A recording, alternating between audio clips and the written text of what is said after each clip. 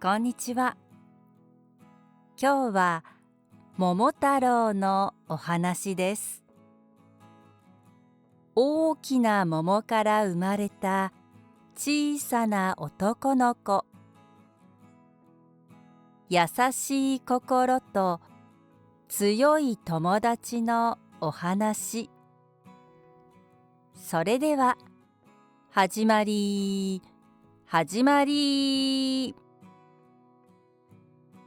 昔々あるところにおじいさんとおばあさんがいました。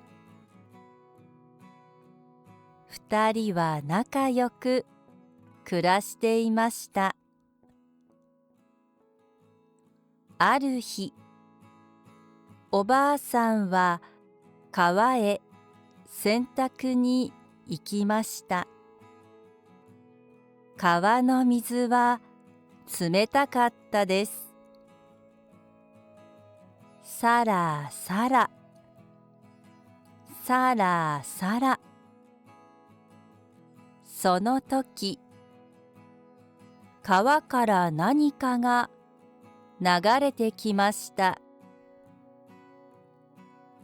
どんぶらこ、どんぶらこ。大きな桃が一つ。まあ、大きな桃。おばあさんは桃を拾いました。そして家へ帰りました。おじいさんと二人で桃を切りました。すると、パカッ、中から赤ちゃんが出てきました。元気な男の子です。二人はびっくりしました。でも、とても喜びました。二人はその子を桃太郎と呼びます。桃太郎は大きくなりました。桃太郎は優しくて強いです。ある日、桃太郎はおじいさんとおばあさんに言いました。村の宝物を取る鬼がいます。私は鬼ヶ島へ行きます。おばあさんは心配しました。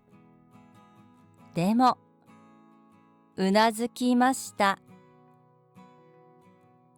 そして、桃太郎にきびだんごを作りました。桃太郎は歩きました。てくてく、てくてく。山を越えました。川を渡りました。その時、犬がやってきました。桃太郎さん、どこへ行くのですか？鬼ヶ島へ行きます。私も一緒に行きます。きびだんごを一つください。桃太郎はにっこり笑いました。どうぞ、これを食べて一緒に行きましょう。ぽかぽか。きびだんごは温かくて優しい味でした。犬はしっぽを振りました。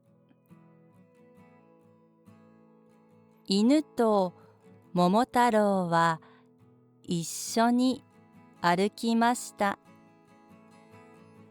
次に猿が来ました。桃太郎さん、どこへ行くのですか？鬼ヶ島へ行きます。私も一緒に行きます。きびだんごを一つください。桃太郎はにっこり笑いました。どうぞ、これを食べて一緒に行きましょう。猿はぴょんと飛びました。次にキジが空から降りてきました。ひらひらと羽を広げました。桃太郎さん、どこへ行くのですか？鬼ヶ島へ行きます。私も一緒に行きます。きびだんごを一つください。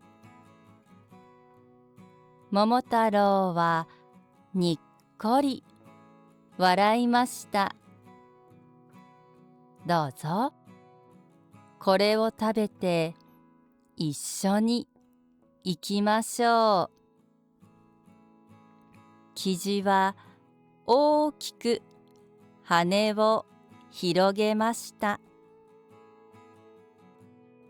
4人は一緒に歩きました。てくてくてくてく。海の向こうに大きな城が見えました。鬼ヶ島は暗いです。桃太郎は静かに言いました。行きましょう。犬も猿もキジもうなずきました。4人は城の中へ入りました。戦いが始まりました。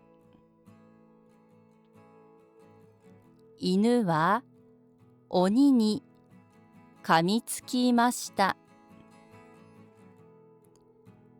猿は鬼を叩きました。